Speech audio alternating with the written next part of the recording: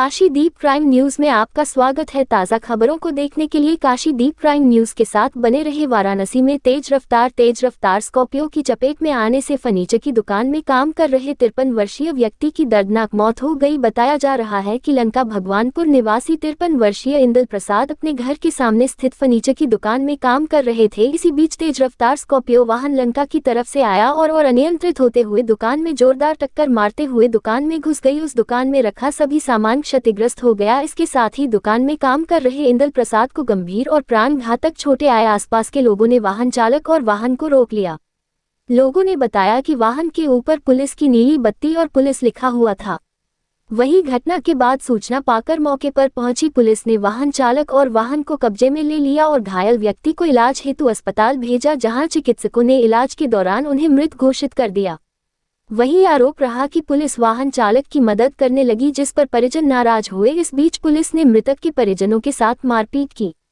वहीं इस बात से नाराज लोगों ने सड़क जाम कर दिया और कार्रवाई की मांग को लेकर प्रदर्शन करने लगे।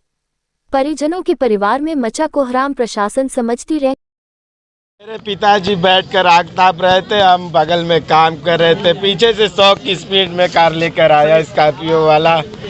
हम इस तरह होकर काम कर रहे थे और अचानक वो घुमा। हम देख के हम पिताजी को बचा भी नहीं पाए। उसी में पिताजी को और हमको भी लेते गया, लेकिन हम हट गए, बच गए।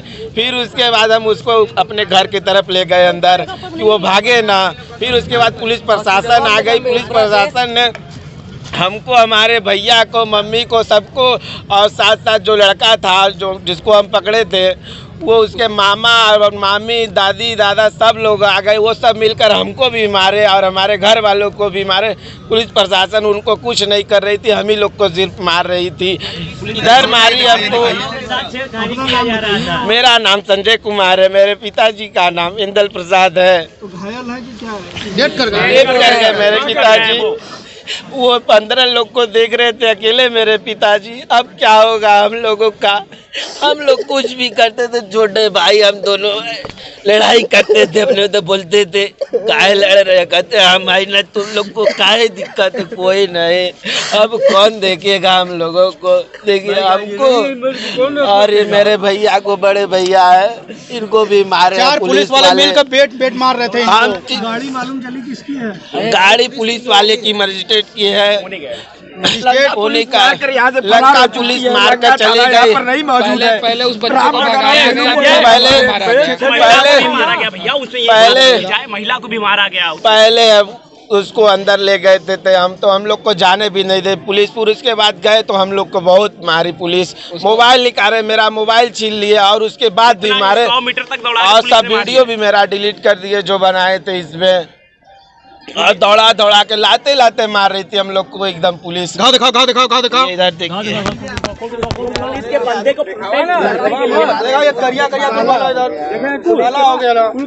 बंदे को प्रोटेक्ट करने के लिए वो लोग उसको बचाने के लिए और पुलिस वाले को बचाने के लिए और पुलिस वाले को इनको पर घर के, जिसके घर का एक्सीडेंट परिजन का हुआ है, उसके बेटे के ऊपर लाठीचार्ज किया गया है और उसके जो एक्सीडेंट किया उसके परिवार का सपोर्ट करते हुए उसको भगा दिया गया है यहाँ से।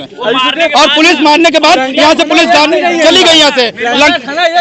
लंका थाना यहाँ नहीं है, ये भगवानपुर का केस है और रामनगर थाना, भेलीपुर थाना है, लेकिन लंका थाना यहाँ का कोई काम नहीं किया। सिर्फ मारने के लिए आई थी और उसको बचाने के लिए आई थी। लंका थाना जिसने मारा था ना, उन लोगों को वापस भेज दिया गया है और भेलीपुर की और यहाँ रामनगर की थाना आकर संभाल रही है।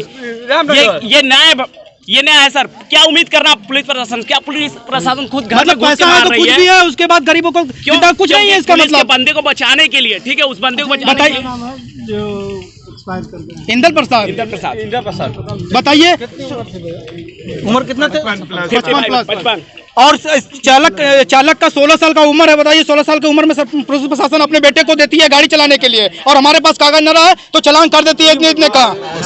राजनीतिक रंग देने के लिए गाली गलौज करवा रहे हैं पब्लिक से। पब्लिक तो सीधी साधी है, उनको क्या पता है कि ये कौन सी पार्टी के हैं, क्या कर रहे हैं यहाँ पे।